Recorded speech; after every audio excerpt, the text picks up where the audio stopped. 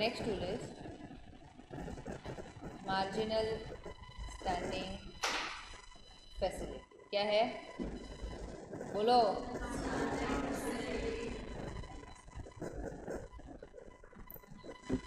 अभी यहाँ क्या होता है, जब भी बैंक लैब के अंदर रेपो रेट के अंदर पैसा लेता है, कैन आई से इट मॉर्गेज सिक्योरिटीज, सिक्योरिटी देना पड़ता है। अब बैंक का ना बहुत बुरा टाइम, हद बार, मतलब उसने सारा पैसा लैब से जितना मैक्सिमम उठा सकता था सिक्योरिटी गिरवी रख के उठा लिया, बट अभी भी funds. What happens is sometimes there is a rumor that this bank is going to shut. So as a customer तुम लोग क्या करोगे? बैंक में और डिपॉजिट करने जाओगे, बैंक को सपोर्ट करने के जो पैसा रखा है उसको विड्रॉ करने जाओगे। ऐसा ICICI बैंक में हुआ था कि भाई बंद हो जाने वाला है, थर्ड पब्लिक विड्रॉल का। उसने LAF के अंदर देख, उसको मालूम है जब तक विड्रॉल ऑनर हो रहा है ना, things will go good. The moment withdrawal start getting dishonoured, public बोलेगा रूमर नहीं है, सच्ची में बंद हो गया, देखा ATM में पैसा नहीं था। पैसा चाहिए, पैसा लाएगा कहाँ से? LAF के अंदर जो पैसा चाहिए उसके सामने तो सिक्योरिटीज देनी पड़ती है, सारी सिक्योरिटीज तो दे दी, गिरवी रख दी, और अभी भी मेरे को और पैसा चाहिए। तो दिस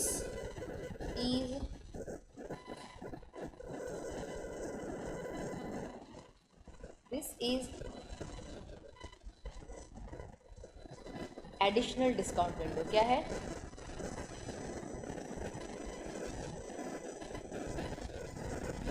तुमको ओवर एंड अबाउट लैफ का फुल फॉर्म मतलब रेपो रेट से भी ज्यादा अगर पैसा चाहिए, एडिशनल पैसा चाहिए, तो you have to come under marginal standing. मेरे को एक बात बताओ, इसके अंदर जो रेट ऑफ इंटरेस्ट रहेगा वो लैब से कम रहेगा कि लैब से ज्यादा रहेगा? क्यों? तो ज्यादा रहेगा, ऊपर है, वो अबाउट लिखा है तो ऊपर है। एक कह रहे हैं इसे लैब में तो सिक्योरिटी है, इसमें तो वो भी नहीं है, रिस्क ज़्यादा है, रिस्क ज़्यादा है तो इंटरेस्ट भी ज़्यादा चार्ज होगा। Everyone clear? किसी को डाउट इधर तक? New guy any doubt? फिर वो लैब ही नहीं पता चलना आगे। इधर तक सबको सब कुछ समझा? Everyone very clear? अब इसमें ना थोड़े से कंडीशन है, available only on working days. क्या? खाली वर्किंग डेज पे मिल सकता है एक्सेप्ट सैटरडे। पता है ना बैंक में सैटरडे ऑफ होता है, सैटरडे सेकंड और फोर्थ सैटरडे वर्किंग होता है, उस दिन नहीं मिलेगा ये पैसा। ऑल वर्किंग डेज में भी सैटरडे मैंने हटा दिया है, तो संडे वर्किंग डे होता है, दैट टू आफ्टर 7:30 PM।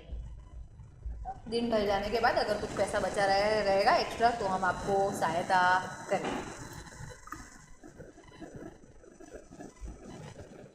इधर तक first condition very clear? Amount given only for 24 hours. 24 घंटे के लिए पैसा दे रहे, 24 घंटे में रिटर्न करना पड़ेगा। अभी तो पूछेगा 24 घंटे के लिए लेगा ही क्यों फिर बैंक? 24 घंटे में थोड़ी वो बैंक ठीक हो जाने वाला है। अरे तुम समझो, देखो बैंक में क्या होता है, छोटे मोटे विड्रॉल ना तुम ATM से कर सकते हो, मान लो तुम लोग को बड़े बड़े विड्रॉल करते हैं, तो बैंक क्या बोलता है, एक दिन पहले आके सेल्फ चेक डिपॉजिट करने का। मान लो मेरे को 10 लाख रुपए चाहिए बैंक से, तो मैंने खुद के नाम पे चेक लिखूंगा और 10 लाख का चेक उनको दे दूंगी, नेक्स्ट डे पैसा आके कलेक्ट करने का।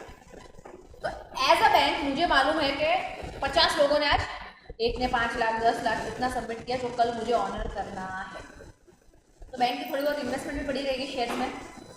बट शेयर का चलो मैंने आपका पैसा बेच दिया, आएगा कब? T+2 2 दिन बाद आता है। पता है ट्रांजैक्शन 2 दिन बाद सेटल होता है शेयर्स वाला, पता है?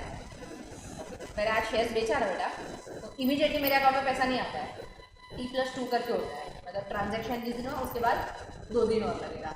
बट मेरे को तो पैसा कल ही देना है ना ये लोगों को, तो कल किधर से लाऊं? कल नहीं लाया तो पब्लिक बोलने लगेगा ये बैंक के पास पैसा नहीं, बैंक के पास पैसा नहीं है। मेरा तो भारी पोपट मार्केट में, उनको थोड़ी समझाती बैठूंगे, देखो भाई साहब शेयर बेच दिए 24 आवर्स के लिए यहाँ से बोरो कर लेंगे, फिर वहाँ का पैसा आएगा तो उसको रिटर्न कर देंगे. You can borrow minimum 1 crore और मल्टीपल ऑफ 1 crore. मतलब 1 करोड़ मांग सकता है, 2 करोड़ मांग सकता है, 3 करोड़ मांग सकता है, 4 करोड़ मांग सकता है, 4.5 करोड़ मांग सकते हैं क्या? या तो 5 मांग या तो 4 मांग. 4.5 मांग सकता. कितना देगा आरबीआई? कितना देगा? बैंक बोर्ड में 100 करोड़ चाहिए, देगा क्या आरबीआई? होकर थोड़ी है भाई, अपना देना पड़ेगा. कितना? तू जा बैंक में जाके लोन मांग और बोल कि क्रेडिट फैसिलिटी में लोन रिपे कर देगा, मेरे को 60 लाख का लोन दे देगा तेरे को बैंक? क्यों? क्रेडिट फैसिलिटी है ना, देना पड़ेगा. कहना ही से बैंक ने इसमें सिक्योरिटी तो नहीं लिया है, बट कुछ तो सेफ्टी रखेगा. कितना दे सकते हैं पता है? Maximum 1% of SLR. एसएलआर का फुल फॉर्म स्टैट्यूटरी. ये वो पैसा है, ये वो गोल्ड है जो बैंक के पास पड़ा है. तो अगर मान ले बैंक ने इसमें पैसा देने का डिफॉल्ट किया तो एटलीस्ट आरबीआई को मालूम है कि 1% का सोना तो पड़ा ही है इसके पास, वो हम लोग यूज कर सकते हैं. फिर बैंक पे प्रेशर डालेंगे कि आप अभी अपना एसएलआर कंप्लाई करो, बट एटलीस्ट कुछ तो सेफ्टी कुशन रखूं मैं भी. समझा? Everyone clear with this fifth tool? You can borrow.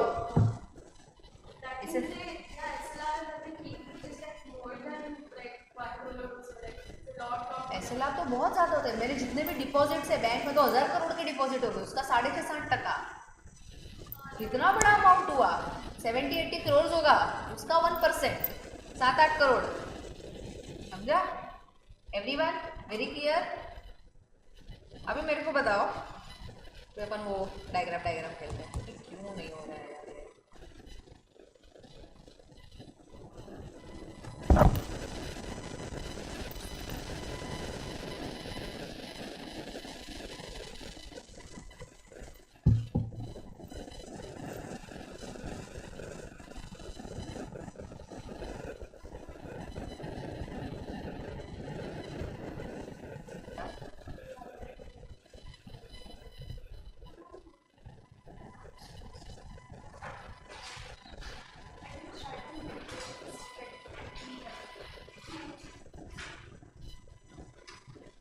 Handwriting जज मत करना, हाथ से लिखा है मैंने लास्ट वाला.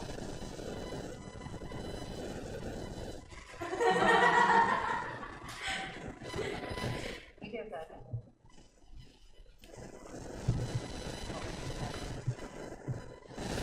एक्स्ट्रा हो गया आपल्याकडे 3 नंबरचा लेक्चर आहे तिकडे 12 वाजता आहे. बरं चालेल. बहुत टैलेंट है बेटा तेरे में.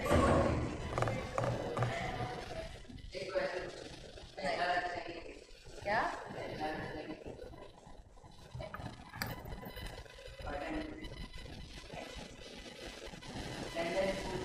50% है बेटा.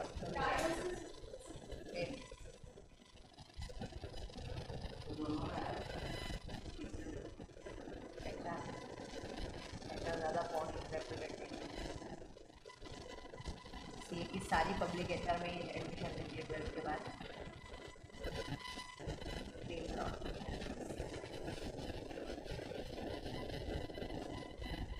ठीक.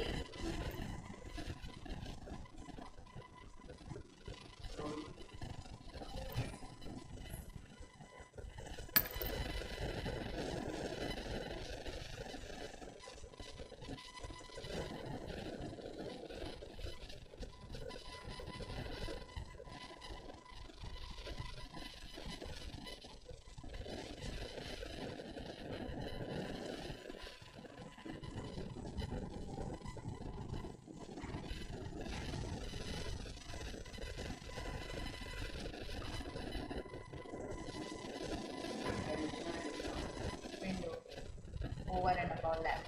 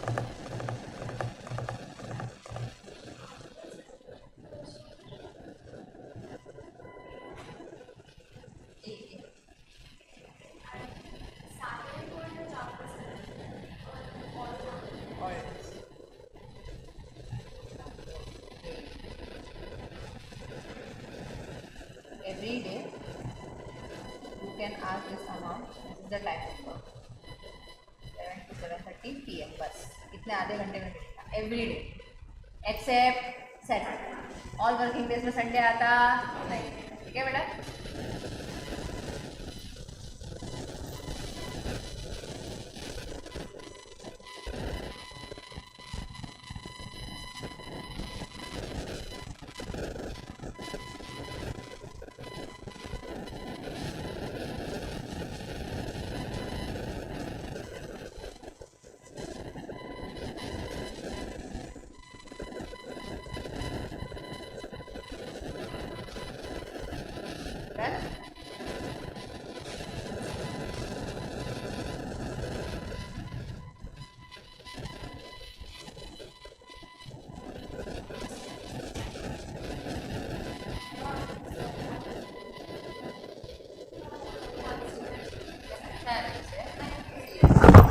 people online 8 minutes, फिर ऑफलाइन डिस्कशन हो रहा है।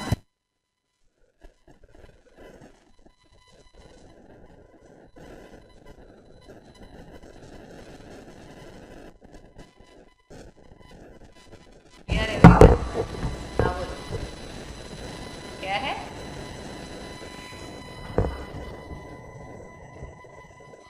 Are we done?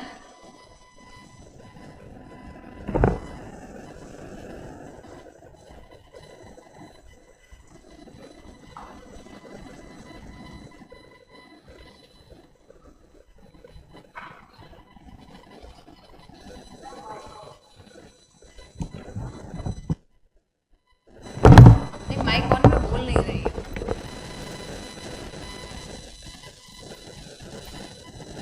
वो बंद कर दो।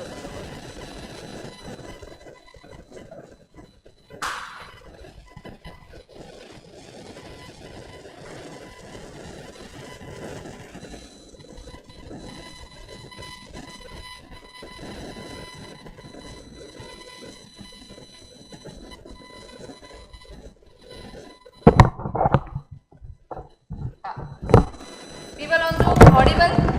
यहाँ से देख रहे ऑडियो जा रहा है। गवर्नमेंट ऑफ इंडिया है रे बाबा वो। गोल border from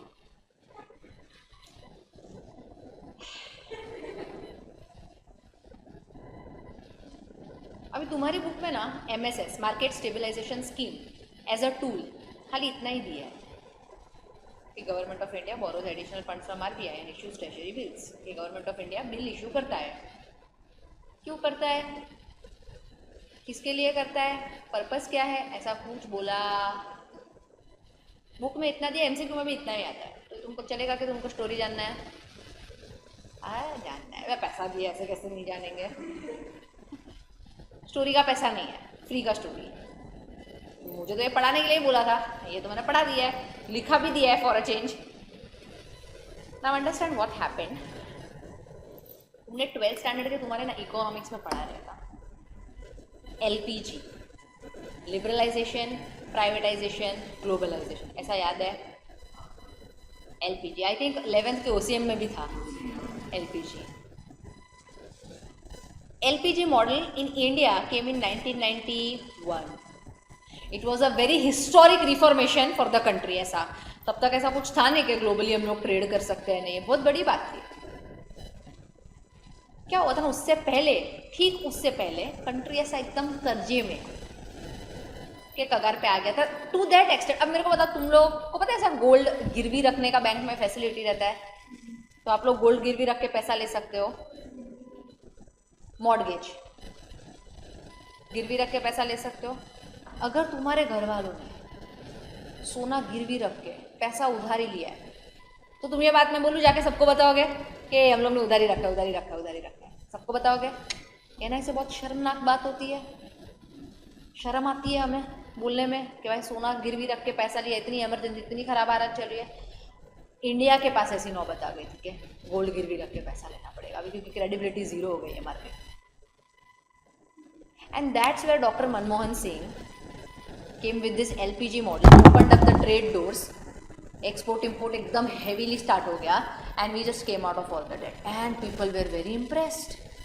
Oh my God, क्या बंदा है, घर को छोड़ो देश को कर्जे से निकाल दिया इसने यार।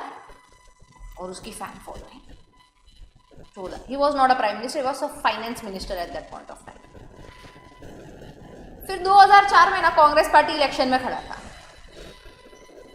कांग्रेस पार्टी खड़ा था, तो सोनिया गांधी ने बोला no no no, I am not going to be your prime minister, it's Manmohan Singh that is going to be your prime minister. क्यों? क्योंकि उसकी फेस वैल्यू बहुत ज्यादा थी उस वक्त, तुम समझो पब्लिक पागल थी उसके लिए। तो he will be the prime minister, he is the smart one. हम लोग तो खाली ऐसे हुआ, बाद में उल्टा ही कि उन्होंने कुछ किया ही नहीं है, जो बोलते थे वही होता था। बट फेस वैल्यू तो उसका गया, पब्लिक खुश एकदम, पब्लिक ने धनाधन वोट डाला, कांग्रेस जीत गया, Manmohan Singh became the prime minister. अब people outside India were so happy with it कि जो बंदा फाइनेंस मिनिस्टर होके पूरे देश को कर्जे से निकाल सकता है, प्राइम मिनिस्टर बनके तो क्या क्या क्या क्या कर लेगा। देखो कुछ नहीं किया वो हमको पता है, पर तब तक तो लोगों को मालूम ही था ना कि बिकॉज ही हैड ब्रेन्स यार, to be very honest, he was educated. Public foreign की धड़ाधड़ इंडिया में इन्वेस्ट करने लगी, इतना इन्वेस्ट करने लगी कि वैल्यूएशन मार्केट का $7 मिलियन से बढ़ गया। अब इतना पैसा आया एक साथ मार्केट में, तो कहना इसे एकदम तेजी पकड़ लिया मार्केट ने। इन्वेस्टर का, फॉरेन इन्वेस्टर का सिंपल है, देखो मैंने 100 रुपया डाला इंडिया में, 15 दिन बाद 120 हो गया, तो मैं पैसा खींच लूंगा।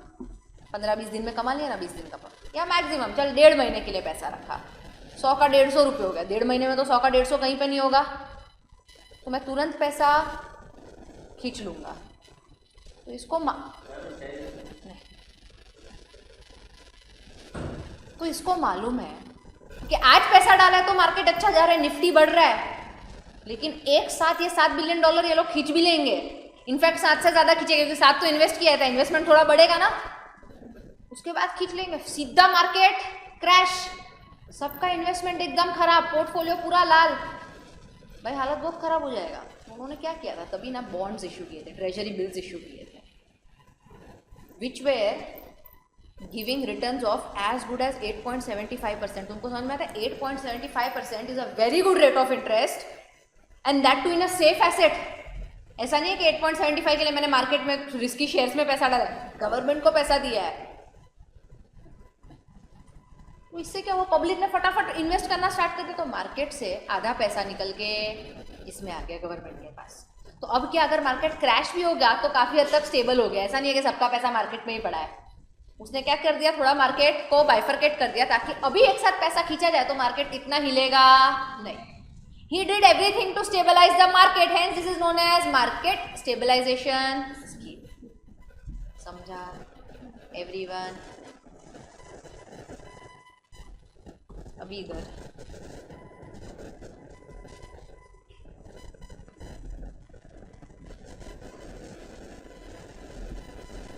market stabilization scheme.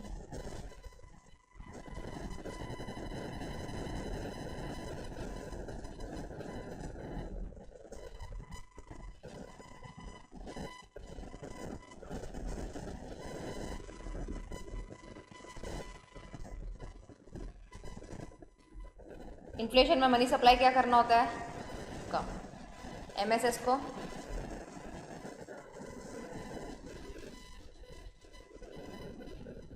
कैसे, अभी मैं बताती। बैंक और पब्लिक के पास पैसा है, एमएसएस का रेट है 8.75%। गवर्नमेंट ने बोला 10% दूंगा, चल चल इन्वेस्ट कर, फटाफट इन्वेस्ट कर। मैंने बोला बैंक और ये फटाफट इन्वेस्ट करेंगे, क्योंकि बैंक भी गवर्नमेंट अप्रूव सिक्योरिटी में इन्वेस्ट कर सकता है। अगर बैंक ने पैसा इसमें इन्वेस्ट कर दिया तो बैंक के पास लोन देने के लिए पैसा कम बचेगा, बैंक का लेंडिंग कैपेसिटी कम होगा, क्रेडिट क्रिएट कम होगा, मनी सप्लाई कम होगा। ये समझा? इन्फ्लेशन में एग्जैक्टली उल्टा। समझा? डाउट?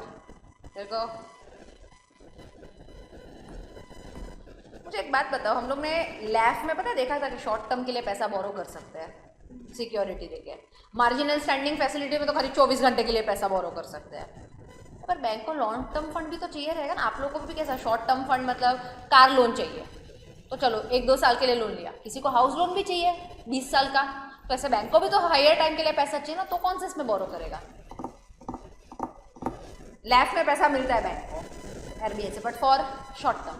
मार्जिनल स्टैंडिंग फैसिलिटी में पैसा मिलता है फॉर 24 आवर्स। तो लॉन्ग टर्म की तो बात ही नहीं कर रहा है कोई। If you want to borrow for long term, there is something called as bank rate. Bank rate में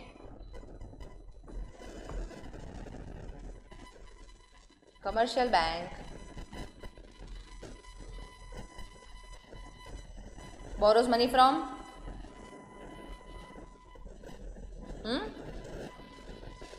RBI for long term। तो मुझे एक बात बताओ, इसके केस में इन्फ्लेशन और डिफ्लेशन देख लेते हैं अपन। बैंक रेट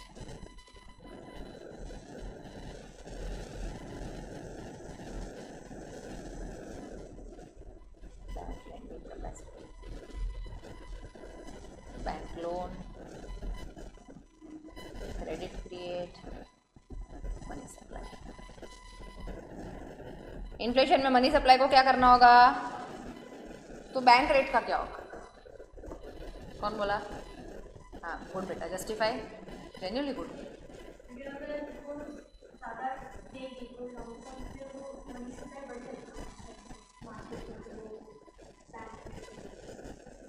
और कोई जस्टिफिकेशन? इसमें बैंक बोरो करता है, so bank rate is what rate? Rate of interest that bank has to pay to RBI. तो रेट ऑफ इंटरेस्ट रेट बेटा बढ़ाएंगे कि कम करेंगे? अगर रेट ऑफ इंटरेस्ट बढ़ाऊंगी तो बैंक लोन लेगा क्या? महंगा लोन लेगा बैंक। बैंक अगर मेरा रेट ऑफ इंटरेस्ट मान लो ये 7% है, आरबीआई ने बोला कि नहीं अभी से अगर तुम अगर तुम लॉन्ग टर्म के लिए लोन लोगे ना तो अब से 9% पे मिलेगा। बैंक लेगा लोन, बैंक लोन लेगा तो बैंक का लेंडिंग कैपेसिटी क्या करे होगा? कम हो जाएगा, क्योंकि उसने पैसा लिया ही नहीं आरबीआई से। अगर बैंक का लेंडिंग कैपेसिटी कम हो जाएगा तो बैंक लोन कम दे पाएगा, तो क्रेडिट क्रिएट कम होगा। समझा तुमको? डिफ्लेशन में उल्टा। इधर तक अगर कभी भी बैंक को पेनल्टी लगाना होगा आरबीआई को कि तूने एसएलआर क्यों बराबर नहीं रखा, तूने ये चीज़ फॉलो क्यों नहीं की, तो पेनल्टी कौन से रेट पे लगाते हैं? बैंक रेट पे लगाते हैं। समझा? Bank rate is use as the base for penalty rate. अभी मैं कितना पेनल्टी बोलूँ, जो उस टाइम पे बैंक रेट होता है वो पेनल्टी होता है। Clear everyone? चलो take out your notebooks.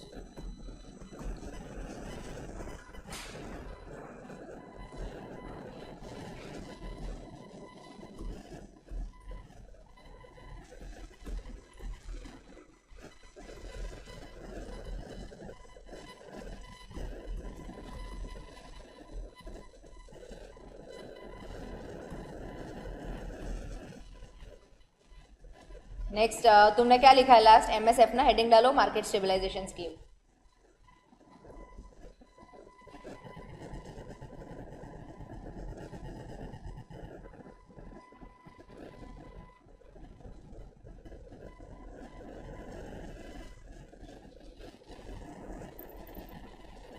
Sorry heading cut कर दो, हेडिंग कट कर दो, वेरी बैड। ये एमएसएफ के नीचे ना ऐसा सेम डायग्राम बना दो, खाली एमएसएफ के बदले एमएसएफ लिखना। आपने उसके नीचे तो देखा ही नहीं ना डायग्राम बना के। एमएसएफ आपने लास्ट लिखा है, उसके नीचे ऐसा डायग्राम बना दो कि एमएसएफ भी बढ़ेगा भाई। बढ़ेगा तो बैंक एडिशनल लोन लेगा नहीं, लोन लेगा नहीं तो देने के लिए पैसा नहीं बचेगा।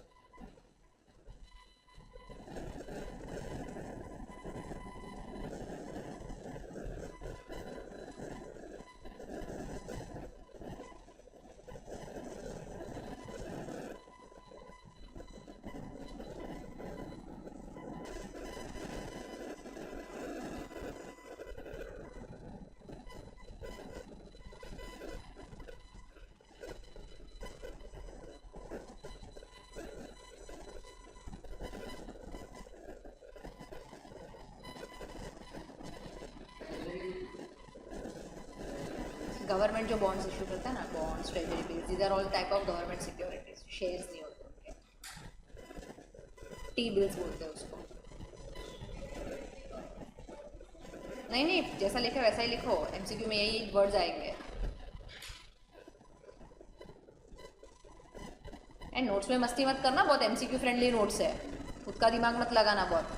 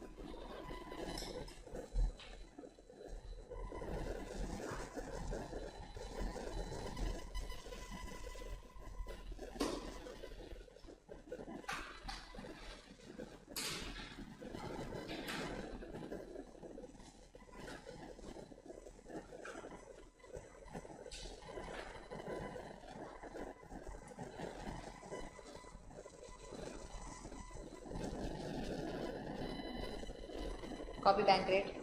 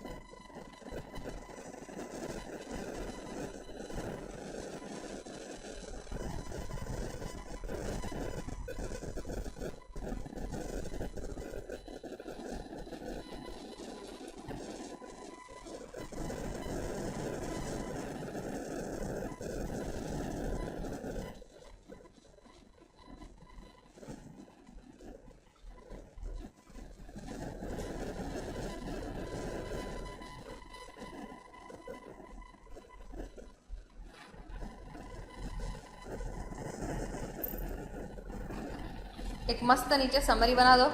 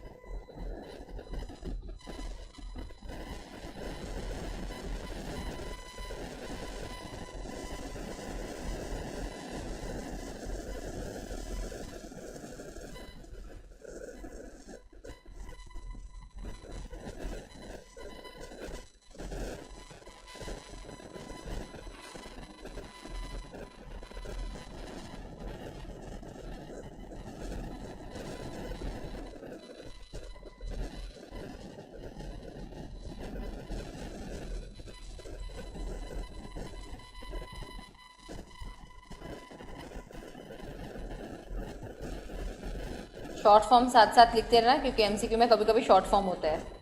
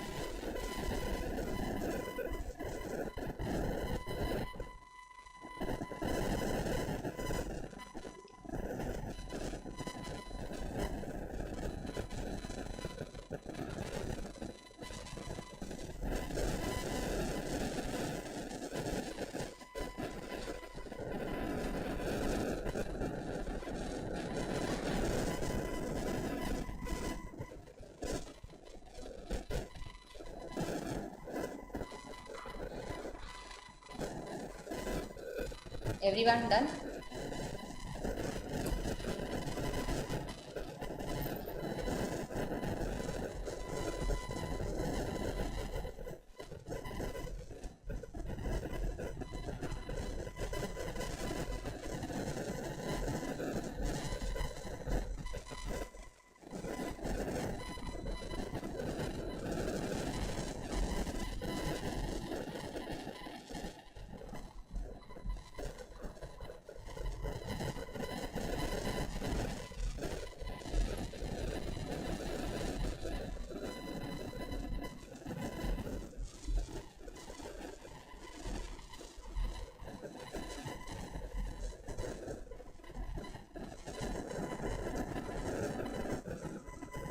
अभी तक जो हमने टूल्स देखे ना, दीज आर जनरल टूल्स. क्या जनरल? क्वांटिटेटिव. क्वांटिटेटिव मतलब क्या? अभी आरबीआई ने नोटिफिकेशन इशू किया कि अब से बैंक रेट सीआरआर 5% होगा. तो कहना इसे ऐसा बोलेगा कि देखो बैंक ऑफ बड़ौदा के साथ मेरे बहुत फ्रेंडली रिलेशन है तो तुम खाली 4 देना, ऐसा कर सकता है? कहना है it is generic in nature, सबके लिए सेम रहेगा. सीआरआर ले ले, एसएलआर ले ले, ऐसा थोड़ी होगा एक बैंक को ज़्यादा पे देगा एक बैंक को कम पे देगा. पॉसिबल नहीं है क्योंकि आरबीआई का सर्कुलर आता है कि this is maintain or CRR. But at एट टाइम्स ऐसा भी तो होता है ना. देखो अभी एसबीआई हर्षद मेहता स्कैम उधर से हुआ, विजय माल्या वाला उधर. बैंक को थोड़ा टाइट करना पड़ेगा ना.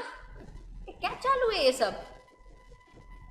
समझ में आ रहा है? Now this is not a general guideline, it's very specific guideline कि क्या बेवकूफ़ी कर रहा है तू. ओके ना?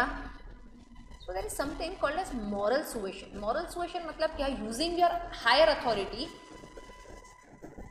Over someone to influence them. अभी तुमको मालूम है एज अ कमर्शियल बैंक के आरबीआई का आदमी आके कुछ समझा रहा है, तुम लोग उसको हल्के में लोगे क्या? क्या है तो ठीक है, आगे बोल रहा है. तुमको मालूम है कि यार आरबीआई के साथ पंगा लेना नहीं है. कॉलेज में तुम लोग को टीचर बिल्कुल नहीं पसंद है, हद बार बेकार पढ़ा दी, पर तुमको मालूम है इंटरनल का 20 मार्क उसके हाथ में है. कहना इसे ज़बरदस्ती बना के रखना पड़ेगा.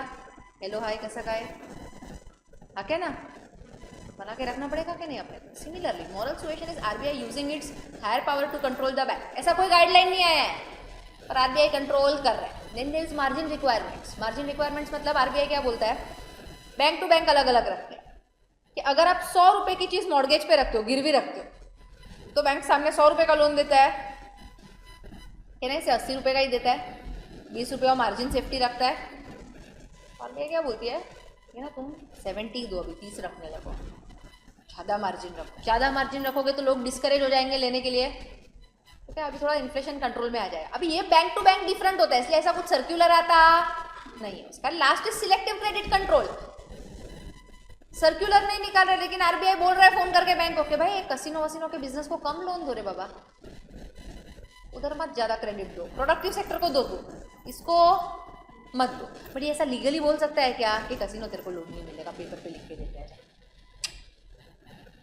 But these are very selective tools which RBI uses to control inflation. These are known as qualitative tools. क्या बोलते हैं? और अब तक हमने जो पढ़ा था उसको क्या बोलेंगे? Quantitative tools. Quantitative tools are general in nature, qualitative tools are specific in nature. Copy.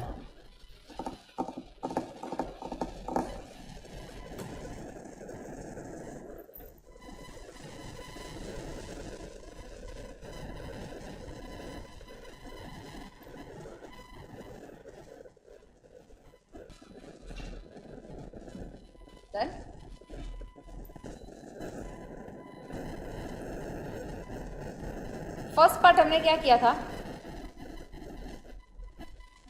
क्या किया था एवरीवन? सेकेंड,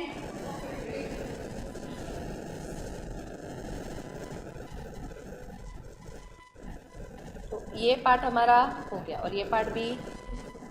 अब हमारा थर्ड पार्ट बचा है,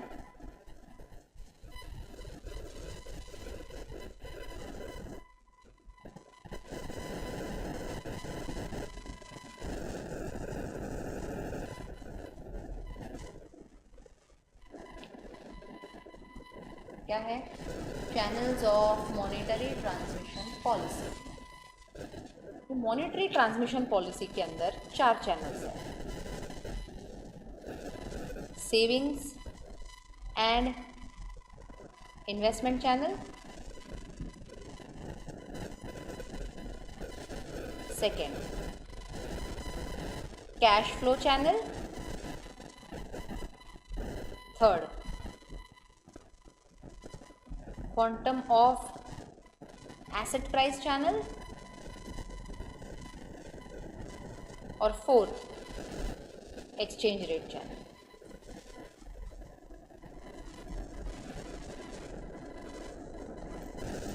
ट्रांसमिशन मैकेनिज्म में तो तुमको स्टार्टिंग में ऐसे रफली जब समझाया था तो इसका क्या मतलब बताया था कि मैंने ये पॉलिसी बनाया है, ये जो टूल्स बनाया है, इसको इम्प्लीमेंट करने के बाद आउटकम क्या आ रहा है, right? So it is nothing but we see the affects on maybe production, output, price level, क्योंकि हम पूरा टाइम इन्फ्लेशन की बात कर रहे हैं, ये सब पे क्या फ़र्क पड़ रहा है इतना करने के बाद। तो हमें फ़र्क किस किस पे देखना है, तो ये 4 चैनल्स पे देखना है कि क्या फ़र्क पड़ेगा। समझा इधर तक? एक एक चैनल चालू करूँ। अभी हम लोग ना ओवरऑल एग्जाम्पल क्या लेंगे, अजम्पशन।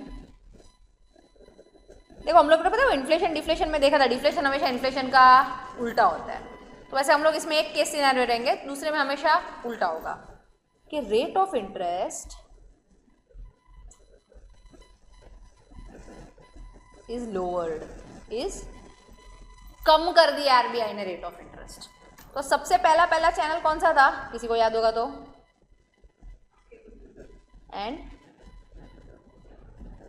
Investment channel.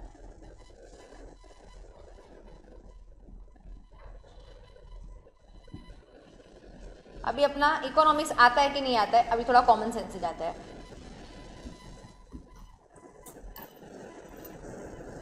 मुझे बात बताओ, अभी तुम लोग बैंक में अगर पैसा रख रहे हो, बैंक वाला तुमको सेविंग्स अकाउंट पे दे रहा है 4% rate of interest.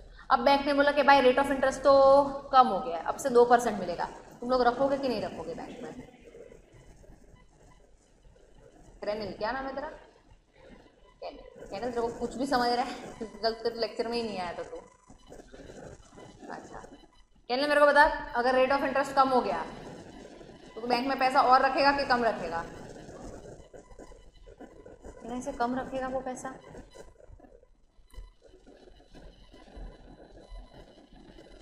Reduction in savings, और you can say reduction in deposits in bank.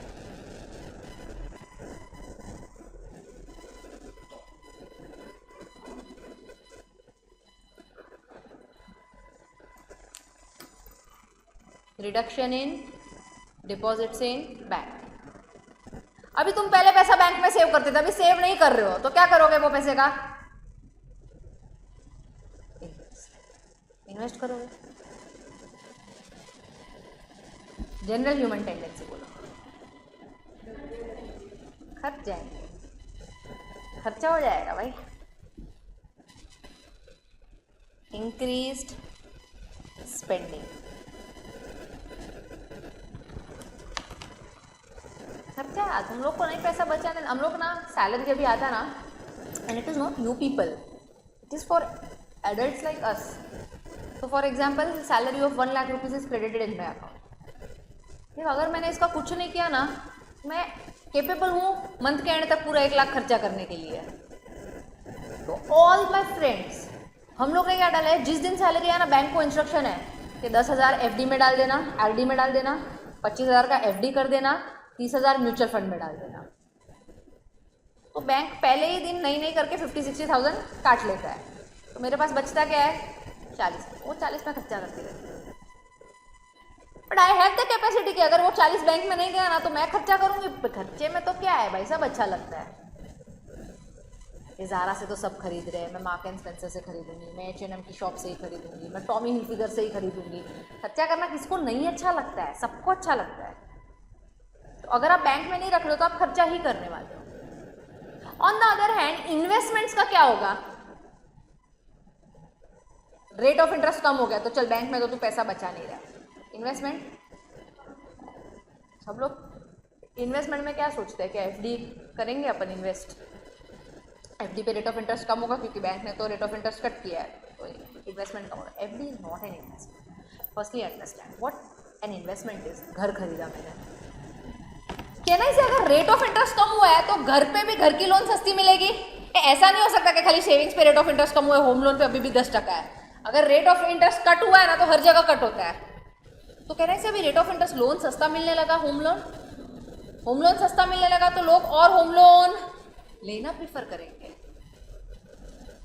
ये राइट टाइम में होम लोन ले लेते, एकदम कम EMI आ रहा है, समझा।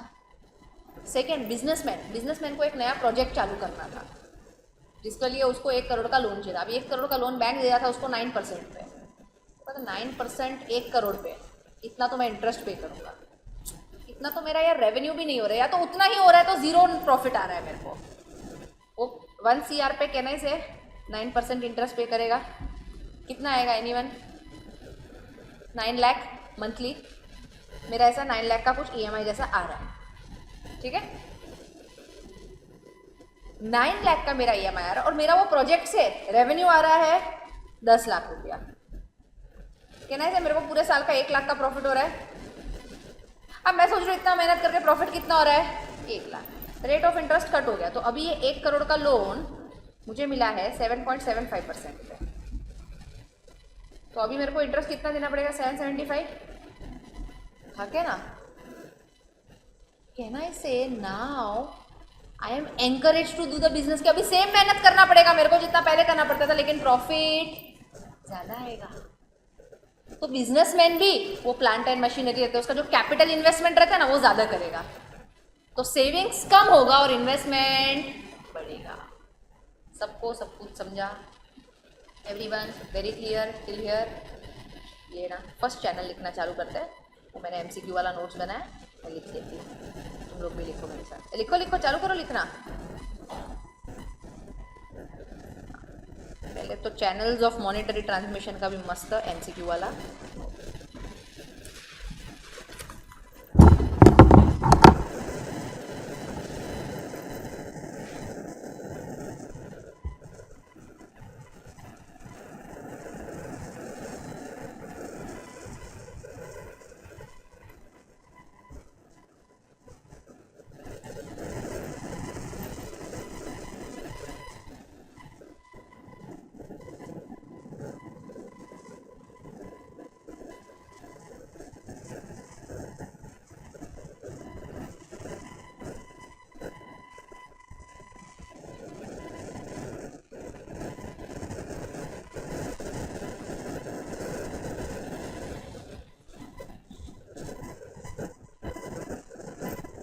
Affects production output price level, same चीज़ है।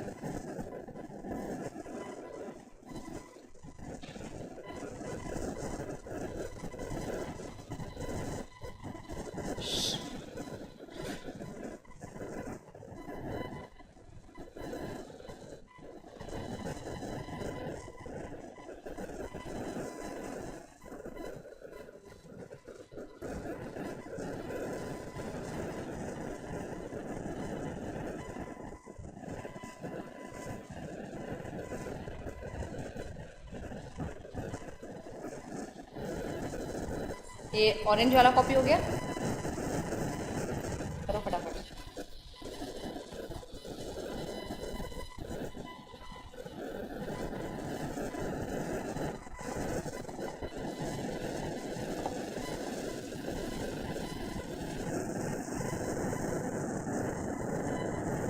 अभी मैंने नेक्स्ट वीक से तो आफ्टरनून करने बोला है तुम लोग का, क्योंकि कॉलेज चालू हो रहे है ना। सी क्या आता है, आफ्टरनून लोगों ने बोला है वेलकम। हो गया ऑरेंज वाला पार्ट।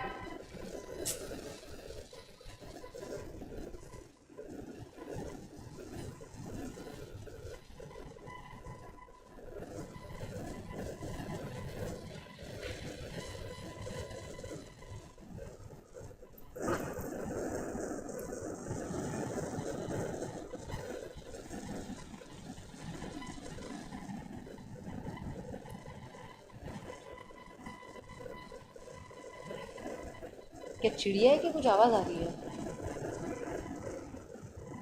तेरा फोन, तू आवाज़ कर रही है इससे, क्यों?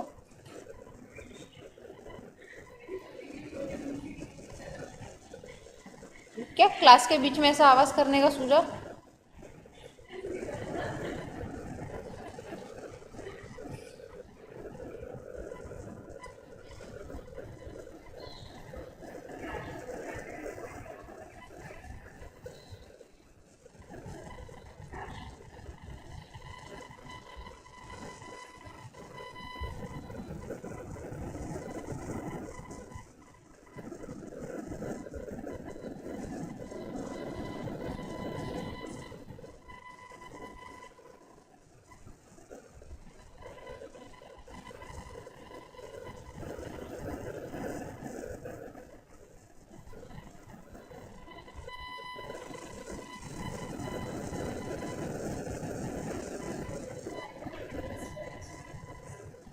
नहीं, रेड वाला एमसीक्यू आया था पास्ट एग्जाम में, और ब्लू वाला पूरा एक्सप्लेनेशन है कि ये तो है ही, बट कैसा होता है हमने कॉन्सेप्ट समझ लिया, पर वो वर्डिंग्स अलग आई उसकी, तो फिर अपना पोपट नहीं हो जाएगा, इसलिए रेड में भी मैं लिख के रहती हूँ कि एमसीक्यू में ऐसा आया था।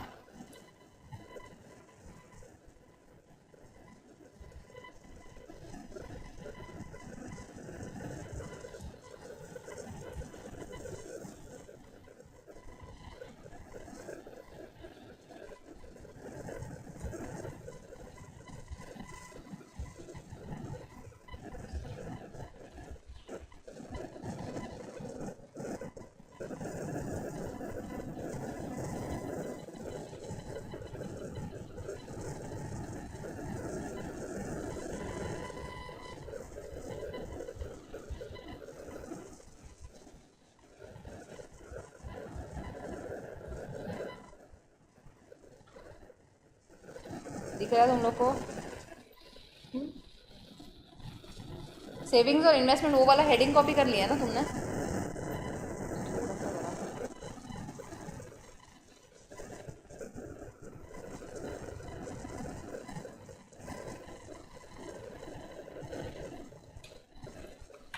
ये लिखने के बाद just take a small break, we will assemble at 12:05, 12:12 12:05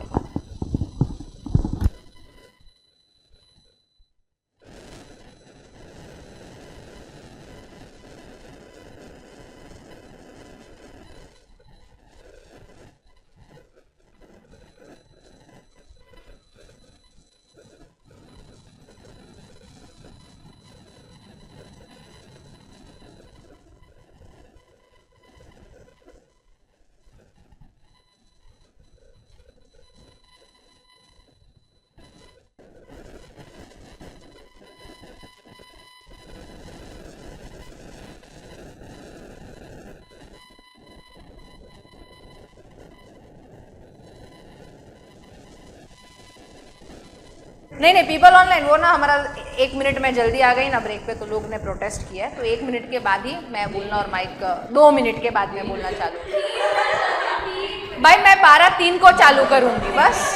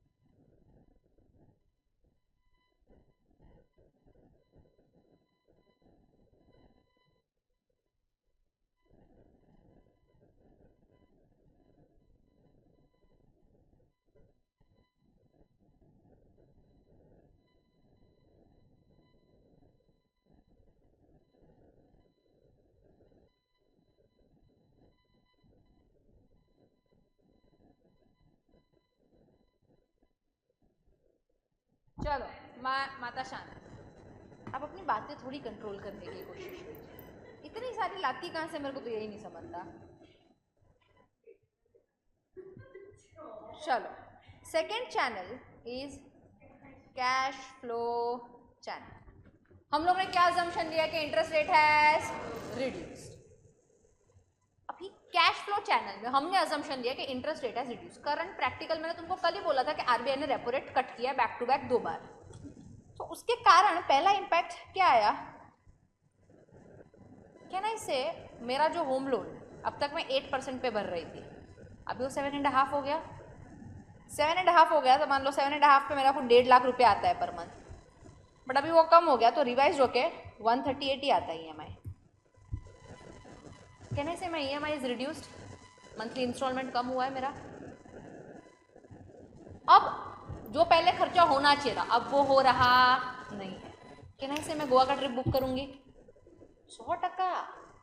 देख, ये पैसा कमाने के लिए मैंने मेहनत तो की नहीं है, आरबीआई ने रेट ऑफ इंटरेस्ट रेट कम कर दिया इसलिए मेरा अभी पैसा कम जाता है। मैंने तो budget, madam every time after break AC के साथ मस्ती मत करो, जो भी करना है एसी में ब्रेक में कर लेने का। क्लियर? रिमोट आगे रखते हैं हर बार, every time at least 3 times a lecture you all are changing the temperature. Break में क्या करते हो तुम लोग फिर? Now understand, when the interest rate is lower मेरा EMI कम जा रहा है, EMI कम जा रहा है। EMI कम के लिए मैंने तो हर महीने 1.5 लाख का प्रोविजन किया ही होगा कि फिक्स्ड इनकम एक्सपेंस है मेरा, अचानक से कम हो गया तो कहने से एज अ ह्यूमन टेंडेंसी मैं ऐसा सोचूंगी कि चल 12-15 हज़ार बच रहा है ना, तो 12-15 में से मैं 5-6 सेव भी कर लेती हूँ, बट बाकी का तो खर्चा करूँगी। यस और नो? तो there would be an overall increase in spending क्योंकि अभी EMI कम हो गया। Now also there is a second category of group जिनका ना इनकम ही इंटरेस्ट इनकम से आता है। I don't know how many of you all are Gujarati, उन्होंने ब्याज पे ही पैसा रखा होता है कि ब्याज में घर चाले छे एट एन एज्ड इनकम। वो लोग ने इस हिसाब से रखा होता है कि तुम लोग का इंटरेस्ट जो आएगा, मान लो मैंने 1 करोड़ का कैपिटल बना लिया है, 1 करोड़ पे 10% इंटरेस्ट आएगा 10 लाख रुपए, ठीक है? तो साल का मेरा 10 लाख का तो इनकम वहीं से आ रहा है, तो मेरा घर छोटा मोटा चल जाता है उसमें। अब इंटरेस्ट रेट हो गया है कम, तो 8% ही मिल रहा होगा 1 करोड़ पे, तो 10 का कितना हो गया 8। वो इंसान जिसका इनकम ही इंटरेस्ट पे डिपेंड करता है उसका खर्चा बढ़ेगा कि कम होगा? एक ग्रुप ऑफ इनकम है जो खर्चा बढ़ा रहा है क्योंकि उनका ईएमआई कम हो रहा है, दूसरा इनकम है जो खर्चा कट कर रहा है, तो ओवरऑल इफेक्ट क्या होगा? जीरो नहीं होता है। कौन सा ज्यादा होगा? कैनिन फर्स्ट वाला कि सेकंड वाला ज्यादा होगा ऐसा बोल रहे हैं? कृति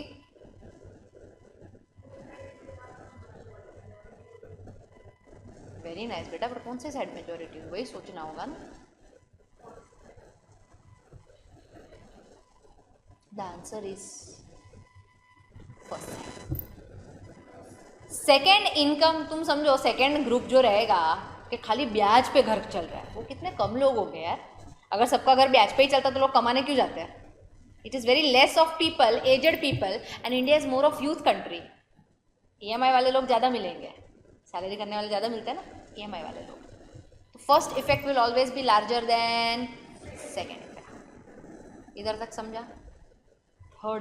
थर्ड चैनल ना थोड़ा सा तुम समझने की कोशिश करो, ऐसे तो समझेगा, लॉजिकली समझेगा। फर्स्ट चैनल में हमने देखा इन्वेस्टमेंट में घर की डिमांड बढ़ रही है धड़ाधड़। अगर घर की डिमांड बढ़ रही है क्योंकि होम लोन सस्ता मिल रहा है, मैंने लिखा भी है ब्रैकेट में सस्ता होम लोन, तो कहना इसे किसी भी चीज की डिमांड बढ़ रही है तो उसका प्राइस भी बढ़ेगा। तो तुम जिस घर में रहते हो मान लो 75 लाख का है, बट अभी सबको घर चाहिए, डिमांड बढ़ रही है, तो उसकी प्राइस हो गई 85 lakh. Can I say your wealth has increased by 10 lakhs? Now human has a tendency to spend percentage of increased wealth. अब मैं सिंपल एग्जांपल देती हूँ, जहाँ पे मैं रहती हूँ ना, मेरी मम्मी जहाँ पे रहती है, नॉट मैं, मम्मी, वहाँ पे कोस्टल रोड का प्रोजेक्ट स्टार्ट हो गया है। कोस्टल रोड वहाँ पे कनेक्ट करने वाला है। घर के प्राइस बढ़ गए हमारे। अभी मैं ऐसा ज़्यादा खर्चा भी कर लेती हूँ ना कभी, तो हम लोग हंसी मजाक में बोलते हैं अरे कोई बात नहीं, कोस्टल रोड आ रहा है, घर के अच्छी कीमत मिलेगी। तो आइडली मैंने घर बेचा है क्या? खाली प्राइस बढ़ा है, बट मैं उसमें भी थोड़ा थोड़ा खर्चा कर ले। Human tendency to spend a share of their increased wealth. समझा? अभी एक लाइन है ना, प्लस घर की कीमत बढ़ गई, तो अभी अगर पहले घर 75 लाख का था बराबर, मेरे को घर गिरवी रख के बैंक से लोन लेना है, तो बैंक मेरे को थोड़ा बहुत मार्जिन काट के कहना है 65 लाख जितना देगा। अब घर की वैल्यू हो गई 85 लाख, तो अब मुझे बैंक से भी लोन ज़्यादा मिलेगी। समझा? क्यों? क्योंकि कोलैटरल, बैंक जो गिरवी लगते हैं ना, वो चीज़ को क्या बोलते हैं? कोलैटरल। कोलैटरल की वैल्यू बढ़ गई तो लोन भी ज़्यादा मिलेगा। अभी एक लाइन समझाने की कोशिश करूँ, समझा तो ठीक है, नहीं समझा तो लर्न कर लेना। PV of future income is higher when the rates are lower. PV is present value of future income is higher when the rates are lower. अभी मैं इधर समझाती हूँ, एग्जाम्पल देखो। एक होता है प्रेजेंट वैल्यू, एक होता है फ्यूचर वैल्यू। इतना तो तुमने सीखा होगा टाइम वैल्यू ऑफ मनी में, प्रेजेंट वैल्यू, फ्यूचर वैल्यू। अब रेट ऑफ इंटरेस्ट यहाँ पे मान लो 4% है और यहाँ पे कम हो गया 3%, ठीक है? मुझे फ्यूचर वैल्यू 103 चाहिए। कितना चाहिए? 100, ये फिक्स्ड है। कैन आई से इन केस ऑफ 3%, अगर मैं आज 100 रुपीज़ रखती हूँ तो after a year it will be 103? Yes और नो? हाँ के ना? इन केस ऑफ 4% मेरे को 100 रखना पड़ेगा, 100 से ज़्यादा रखना पड़ेगा, 100 से कम रखना पड़ेगा। तो मैं अज्यूम कर लेती हूँ मुझे 98 रखना पड़ा। So my present value is lower when the interest rate is, अब पढ़ो, present value of future income is higher when the interest rates are lower. अभी समझा ये लाइन? क्लियर? 2 चैनल समझे? पहला चैनल हमने पढ़ा था investment and savings channel. Savings क्या होगी? कम। बढ़ क्यों जाएगी? सेविंग्स कम हो जाएगी, स्पेंडिंग बढ़ जाएगी, इन्वेस्टमेंट्स बढ़ जाएगी। हाँ, तुम लोग नशे कर रहे हो क्या? कुछ भी अनशन बोलने का। ध्यान दो वापस, मेरा रेट ऑफ इंटरेस्ट कम हुआ है तो मेरा सेविंग्स में रेट ऑफ इंटरेस्ट पहले 4% मिल रहा था, अभी कितना मिल रहा है? 2%। तो सेविंग्स में बैंक में कम करूंगी, इन्वेस्टमेंट में ज्यादा करूंगी। क्यों? क्योंकि होम लोन सस्ता हो गया है। ऐसा लिखा था कि नहीं हमने? Second, cash flow channel. People who are having EMI will tend to spend more. People who are having their household run on the basis of interest income will tend to spend less. First effect will be larger than second. Asset price channel, overall asset के prices, घर के prices बढ़ जाएंगे. PV of future income is higher when the interest rates are low. समझा? 3 channel, clear cut, copy.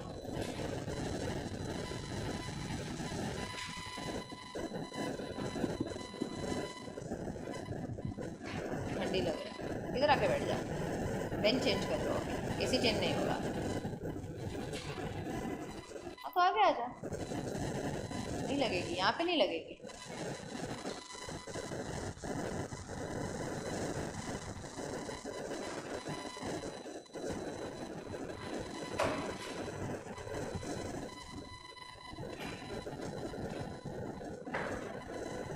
People online, are you all understanding? Good.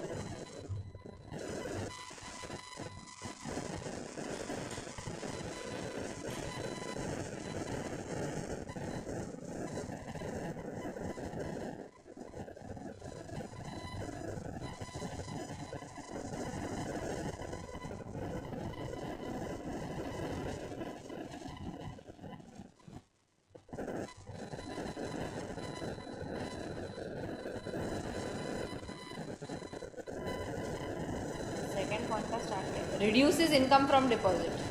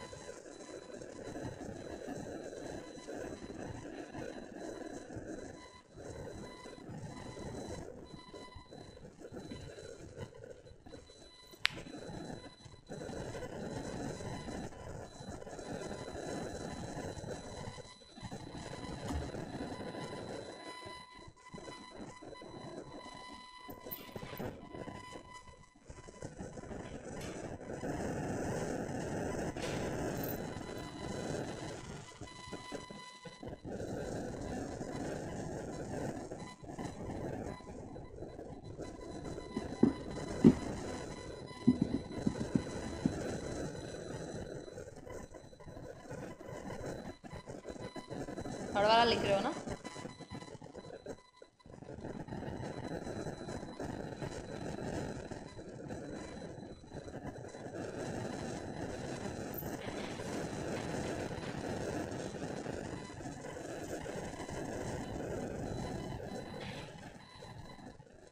Done. अब मुझे बताओ, first channel में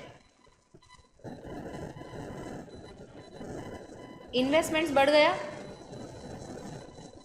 सेकेंड चैनल में जो कैश फ्लो वाला था उसमें लोगों के पास पैसा सेव हो रहा है, ईएमआई का तो एक्सपेंडिचर बढ़ गया। थर्ड चैनल में कहना से सबके घर के भाव बढ़ गए तो सब अच्छा अच्छा ही हो रहा है, तो गवर्नमेंट रेट ऑफ इंटरेस्ट कम क्यों नहीं कर देता? सब अच्छा ही हो रहा है भाई।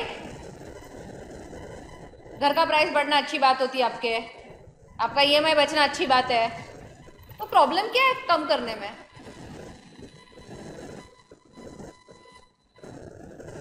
ओके, कैन आई से इफ दिस इज इंडिया, ऊपर का मेरे को बनाना नहीं आता है, समझ लो। इधर दूसरे कंट्री के लोगों ने भी पैसा इन्वेस्ट किया रहेगा। So suppose everyone from other countries have invested amount here and they are getting 8% rate of return. कितना मिल रहा है? And they have all invested. अचानक से रेट कम हो गया and now the rate is 6%.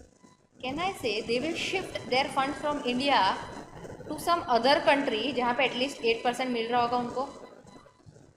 हाँ कि ना? तो पहले क्या होता था, इंडिया में इन्वेस्ट करने के लिए दे यूज टू डिमांड रुपीज़, तो रुपीज़ का प्राइस अच्छा मस्त हो रहा था। अब रुपीज़ का डिमांड कोई कर रहा नहीं है, क्यों? क्योंकि यहाँ से सारा पैसा लोगों ने उठा के दूसरी कंट्री में डाल दिया जहाँ पे अच्छा रेट ऑफ इंटरेस्ट मिल रहा है।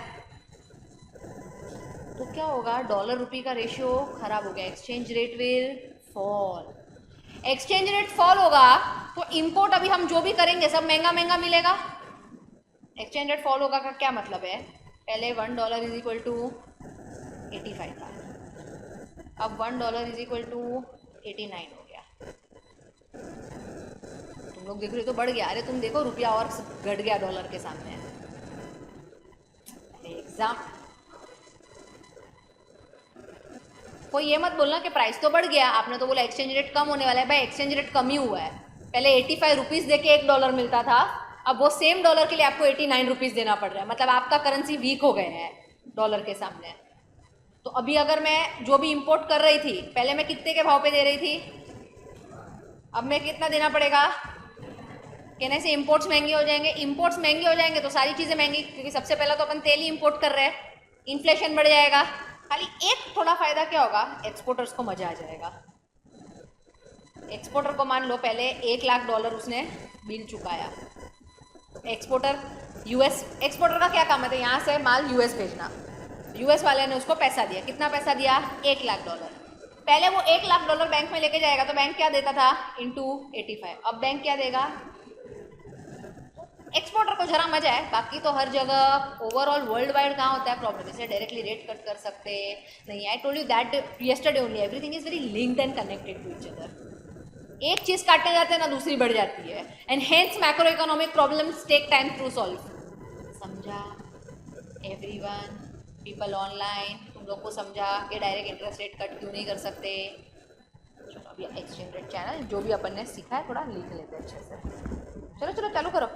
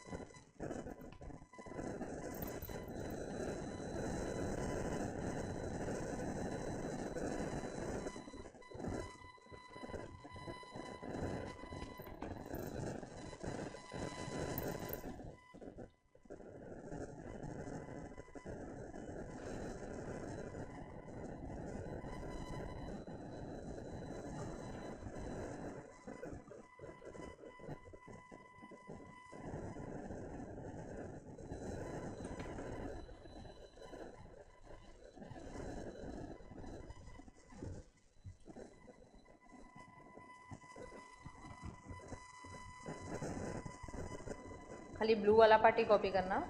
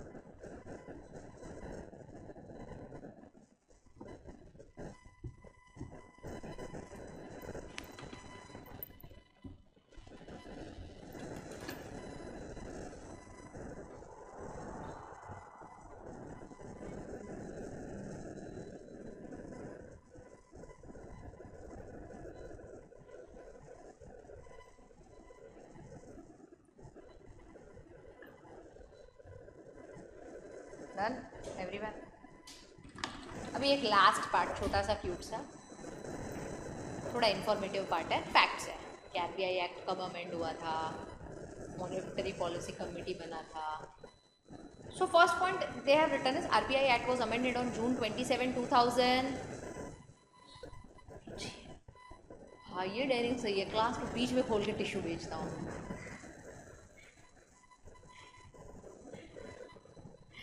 RBI Act was amended on June 27, 2016. कब? जून 27, 2016। अब 2016 में क्या हुआ था, किसी को मालूम है? डीमोनेटाइजेशन। नवंबर में डीमोनेटाइजेशन हुआ था, उसी साल जून में अमेंडमेंट भी आया था। मतलब कहने से डीमोनेटाइजेशन प्लान था पहले से ही। डीमोनेटाइजेशन से पहले से ना कमेटी बनानी पड़ती है, तो मॉनेटरी पॉलिसी कमेटी बनाने के लिए ये चीज़ अमेंड कराई थी। प्लान ना मार्च में था करने का, पर because of certain information which I will share later on prepone कर दिया। अभी प्रीपोन कर दिया तो governor was not with it. तो मोदी जी ने बोला ऐसा नहीं होता भाई, ये तो करना ही है, तेरे को हाँ होके तू हाँ कर या ना कर, डीमोनेटाइजेशन तो होगा। तो इसलिए उसने रिजाइन किया, तो उर्जित पटेल को बनाया था, याद है कि तभी उर्जित पटेल नोट साइन किया था सारा डीमोनेटाइजेशन में। उर्जित पटेल के अंडर एक मॉनेटरी पॉलिसी कमेटी बनाई थी। तो उर्जित पटेल ने क्या बोला, देखो अगर हम लोग ऐसा प्रीपोन कर रहे हैं, अचानक से कर रहे हैं, तो पब्लिक तो गाली देगा। तो गाली देगा तो मैं अकेला नहीं सुनने वाला, मैं पहले ही बोल रहा हूँ। तो कमेटी में 3 लोग आरबीआई के साइड से, 3 लोग गवर्नमेंट के साइड से भी रहेंगे। टोटल कितने हुए? उर्जित पटेल को गिन के 3 लोग, कितने हुए? 6 लोग। समझा? तो क्या थोड़ा बैलेंस में गाली खाओ ना सब लोग मिलके, क्योंकि ऑफकोर्स पब्लिक को बहुत इनकन्वीनियंस होने वाला है, वो गवर्नमेंट पे भड़कने वाली है। समझा तुमको? फिर ना तभी एक मल्टीपल इंडिकेटर अप्रोच हुआ करता था फॉर इन्फ्लेशन। क्या है था? Multiple indicator approach. Multiple indicator approach क्या बोलता है कि हम लोग कौन से इंडिकेटर्स है जो इन्फ्लेशन का साइन देते हैं, टारगेट दोज। तो यार कितने सारी चीजें हैं जो इन्फ्लेशन की साइन देगी। उर्जित पटेल बोलते ऐसा कुछ करना नहीं है, हम लोग क्या लेके आएंगे? Flexible inflation targeting. क्या? इसमें खाली एक सिंपल चीज बता देने की कि आपको इन्फ्लेशन रखना है 2% से 6% के बीच में। अभी तू मल्टीपल अप्रोच से कर, 1 अप्रोच से कर, 5 अप्रोच से कर, ये ऐसा होना चाहिए, लास्ट का आंसर ये आना चाहिए, बीच में तू कोई भी मेथड डाल, विच इज मोर सेंसिबल। 50 अलग अलग चीजों पे भागने से अच्छा तुम लोग डिसाइड करो। जैसे अपन वो डायग्राम बनाते थे ना, एरो कम होगा, ऊपर होगा कि नीचे होगा, अपन उल्टा जाते थे कि मनी सप्लाई में क्या करना है, इन्फ्लेशन में मनी सप्लाई को क्या करना है, कम करना है, फिर अभी उल्टा गिनो। तो ये बोल रहे इन्फ्लेशन 2 से 6% रखो, फिर ऊपर का अप्रोचेस देखते रहो तुम लोग कैसे करना है। इन्फ्लेशन हमेशा किसके बीच में होगा? 2% टू। अगर गवर्नमेंट फेल हो गया to achieve this, then they have to publish a monetary policy report, हर 6 महीने पब्लिश करना पड़ेगा। पर अगर फेलियर हुआ to achieve this target, you have to write the reason also of failure. तो क्या थोड़ा अकाउंटेबिलिटी आएगा। समझा? इतना क्लियर? जो बोला है लिख दे। चलो हेडिंग डालो।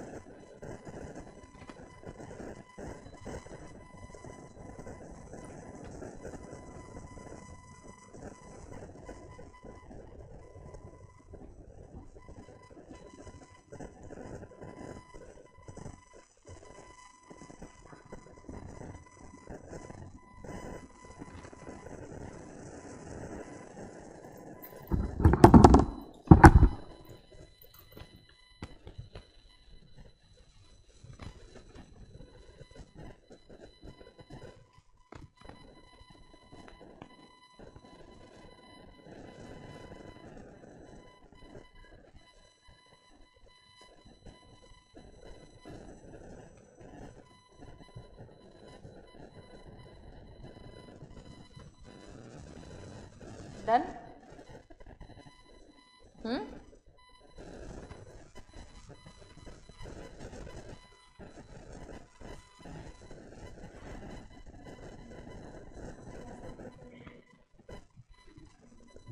तो जब ये पूछा था डन तो ना बोलने नहीं होता है मुंह से। मैं इशारे करके पूछ रही हूँ डन के नहीं।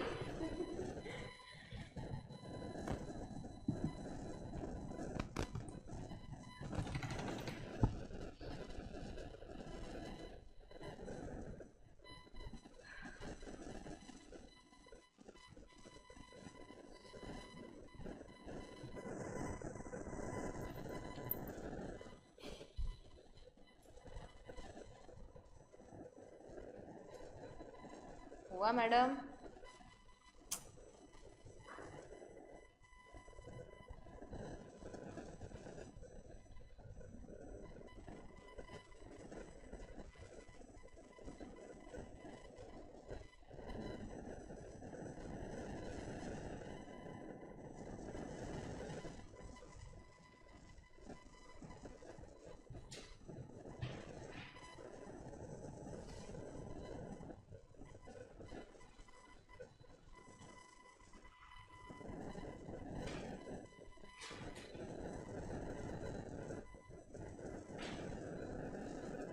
अब हुआ मैडम? ये हो गया arrange is equal to 2%। Everyone इसमें लिखा है, एक minute everyone pens down. RBI is mandated to publish monetary policy report every 6 month. A report में वो पब्लिश क्या करेगा कि सबसे अच्छा चार्ट कहाँ मिलता है?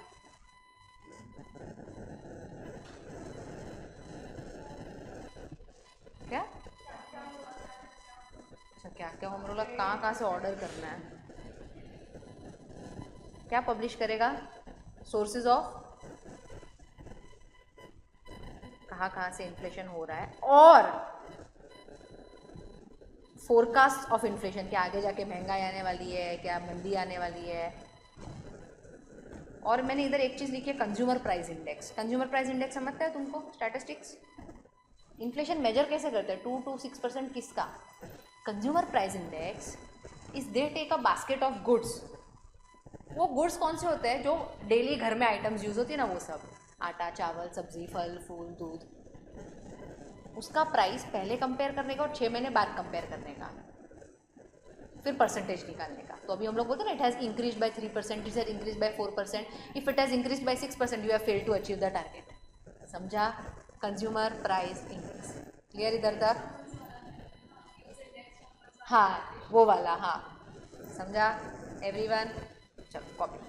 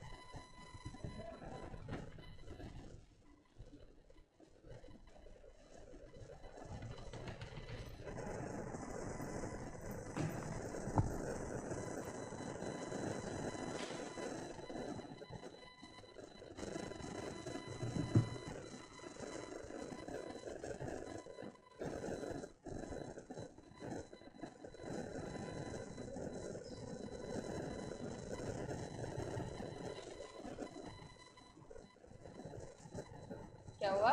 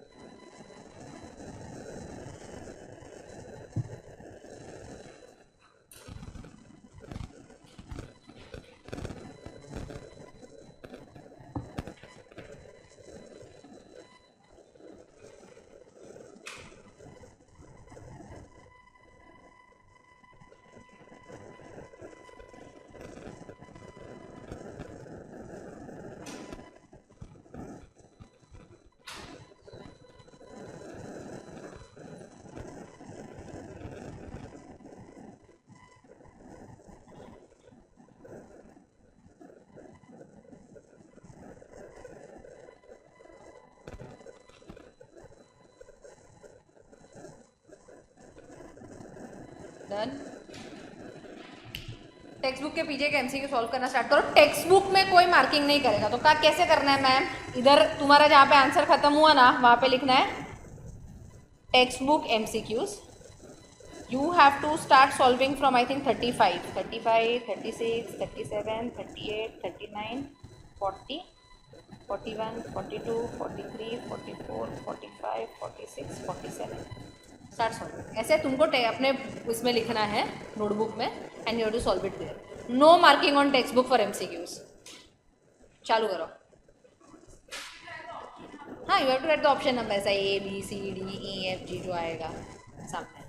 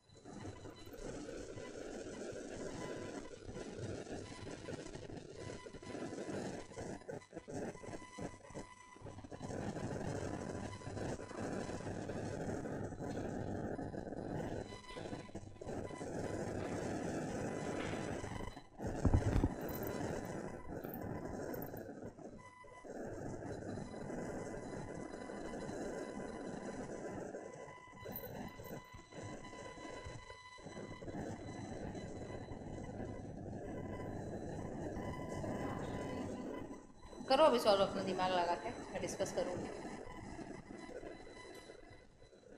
एक भी एमसीक्यू नहीं छोड़ूंगी और टेंशन मत लेना।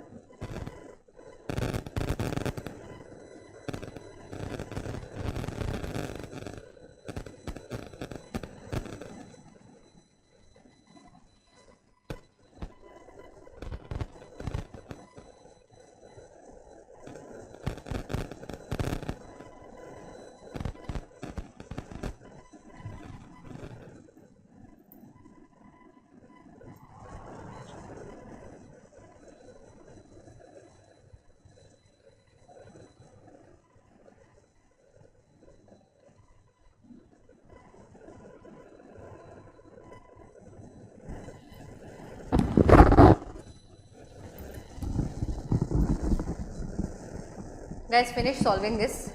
I will discuss this MCQs plus some extra MCQs in the next class. किसी के भी बुक में ये कंप्लीट नहीं होगा ना, मैं एक्स्ट्रा MCQ डिस्कस ही नहीं करूँगी। क्लियर?